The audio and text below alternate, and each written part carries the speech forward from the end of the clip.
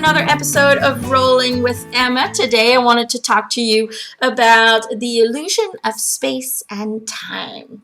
Okay, why do I want to talk about this? Because spirits talk about this all the time. In almost every answer that I have to pass on to people, they always talk about the illusion of space and time.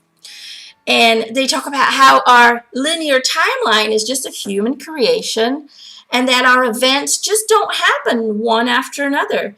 Spirits tell us that everything is happening simultaneously and that there's even such a thing as alternate timelines. Even all our incarnations are happening all at once, they say. And that's a really difficult concept to grasp for us humans because we experience growing up. We experience our physical body aging. We get older. We get smarter, usually. We experience having memories of our past events. Sometimes we even get stuck in them. We linger on them and feed off of them. And so we experience physical and mental evolution. So how is all of that possible if everything happens simultaneously? And then there is the crazy fact that spirits tell us that we don't even move from this location. Okay? That even space is an illusion. That everything happens in one location and that even spirits and ETs and all beings are really all in one spot present, but they are in different dimensions and frequencies, and so we can only experience those entities who resonate with our current frequency. I mean, what? Right? Okay, so why do we experience the fact that we have to drive somewhere? Why are the countries and the towns so far away? Why do I have to fly 10 hours just to get to California? Okay, well, in order to explain all of this scientifically, we would have to go into the realm of quantum physics. Problem is, I'm not a physicist, so I'm not even going to try and go there. My team, my spiritual team, always says the following. The experience of time and space is simply a creation and a projection of our conscious mind. Right. Okay, so what does that mean? I'm going to try and explain it to you, or I'm going to try, okay, by sharing or giving you two visualizations. And the first visual that I want to share with you might resonate more with the younger, my younger followers, but I think everybody will be able to understand what I'm trying to say. So everyone might have heard of those virtual reality games. And so those virtual reality game, it's really a game process where a person can experience being in a three-dimensional environment and interact with that environment during a game by using these special goggles. And the player is being placed in a locked location so they don't hurt themselves as they walk and move around in their virtual game. Now, in those games, you feel like you are in a real location where you can move around and walk from place to place. You experience time, or at least a sense of time, because they will make the sun rise and set, and even can create different seasons. And so you can even experience aging, because when you would, with these goggles, look down, you can see your body. And if they inject that in the game that you aged, then you would experience that as well.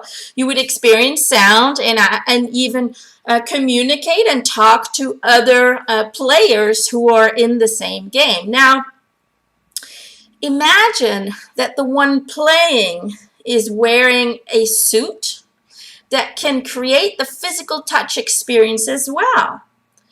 Well, then you would have you really would have simulated our current human experience, our current human incarnation, how we experience our current reality on Earth. So here is what created the illusion of space and time. Here is our true reality.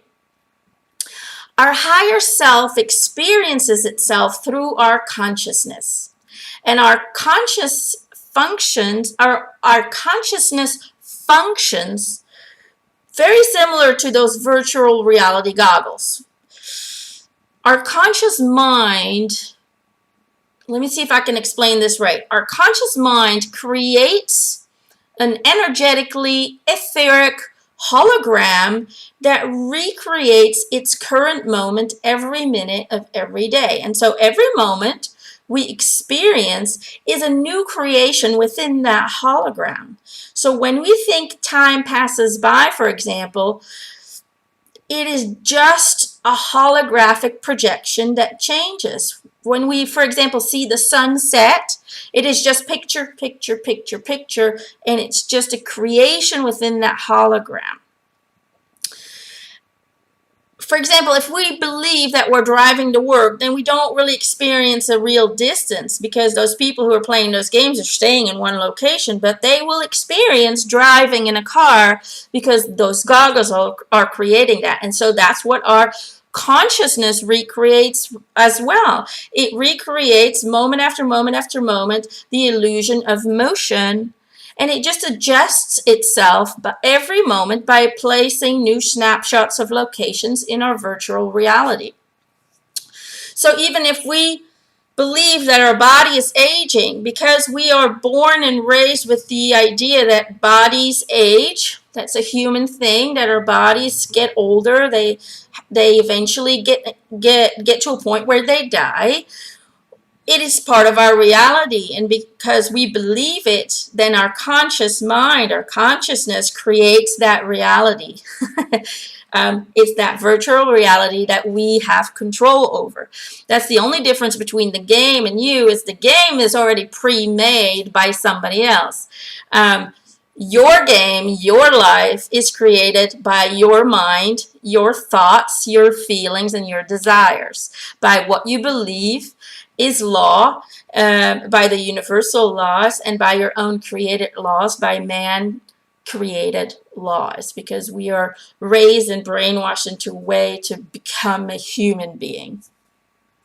That's the only difference between the game and you, but the concept is the same. The virtual reality goggles that create the illusion of the game is the same as your conscious mind creating a hologram, creating an illusionary place that we call being on earth, being born. So in a fun way, you can just see your higher self sitting there with the goggles on and going, oh yeah, let's create that, let's do that, let's create that, without you even knowing it. So it's kind of funny if you think about it. So in short, our life is very similar to the experience of the virtual reality game, and so our consciousness creates the illusion of time and space. And this illusion, just like those game goggles, do create an imaginary world where you can walk around and interact with others while you're playing the life game, and create the illusion of moving around and time passing by. So I'm sure a lot of people are still kind of like, what? I have no idea what she's talking about. So hopefully my last visualization will help you get to that point of understanding. You know how people always say life is kind of like a movie? Well, it is, okay? It's got a beginning, a middle, and an end. It's got plots in there, and action, and sorrow, and all kinds of stuff. But it really is kind of like a movie, because we can see a whole biography in just a few hours, right? We can get to see a whole person's life in like 2 hours. Now, if you think about it, a movie is just a projection of many, many long strips of individual still pictures or frames that are being projected one after another. So we see motion where there is no motion. In a single second, 24 still frames will flash on our TV screen, and that's pretty fast. That's a whole lot faster than our minds can really process. And so it creates the illusion of actual motion and time on the screen. It's just one still picture after another, but it still feels so freaking real. And so that's exactly what happens. That is exactly what happens in our reality. Our life is just like a movie. It unfolds thought by thought, and the flow of thoughts in our minds from past to future or from future to past creates the illusion of movement and time, and creates an illusion overall. So our conscious mind is like a movie projector. It creates still images every moment of our existence, and our awareness is like the white light from the movie projector that shines through the film and creates a picture, a moving picture on the screen. So I hope that makes sense. Right now, I have just in this right now, as I am talking, we have had millions of still pictures, and my awareness created it to be a movement, created it to be a fluent action of me doing this. So I hope that makes a little bit of sense. I'm going to let that sink in. The lesson here really is if life is just one still picture, one after another, then with every picture you have a choice to make it into something beautiful. With every picture you have a choice to choose beauty, to choose love, to choose to put your focus on what you do want and not on what you don't want. And when we choose beauty, love, compassion, positive, high vibrating energy, then you will see that the conscious mind will create more pictures to be displayed in a fluent motion that are at the same frequency as what you put your focus on. That's it for me today. Thank you guys for watching. Please like and subscribe. And don't forget to stay in the light and to be bright. I love you guys. Mwah. See you next time. Bye.